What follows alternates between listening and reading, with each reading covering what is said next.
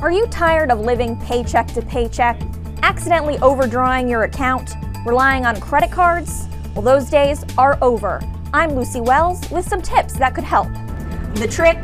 Don't overthink it. If you're type A like me, chances are you've tried using an Excel sheet or an app to record every little expense. But the truth is, you only need to keep track of the big stuff. First things first, know how much you make each month. Most jobs have a salary or hourly rate, so you'll need to crunch some numbers to know how much you make. For instance, if Sally makes $36K a year and Joey makes $17 an hour, they both make about $3,000 a month. That's base monthly income. But that number isn't necessarily reflective of how much you'll bring home. You'll also want to know how much of your paycheck is being withheld for tax purposes.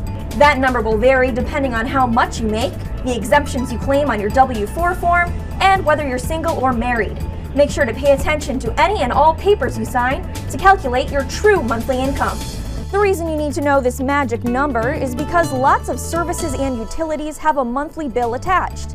Now you need to find out how much you pay each month for rent, electricity, water, internet, phone, student loans, whatever monthly expenses apply to you, and add them all together. Let's continue using Sally as an example and say her total adds up to $1,500 for the above. Those are her mandatory monthly expenses. Next, think of the other things you spend money on each month. Let's say that after being paid, accounting for her taxes, and paying her mandatory monthly expenses, Sally still has $1,200 left over. What might she spend that on? Groceries, gas, dinner and drinks, clothes, entertainment? Think of what else you spend money on a regular basis and try to set a limit for yourself.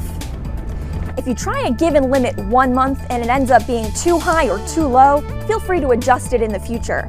When you find a spending limit that works for you, stick to it. I think you'll find that you'll have more money lining your pockets in no time. For Ohio 24/7's Money Matters, I'm Lucy Wells.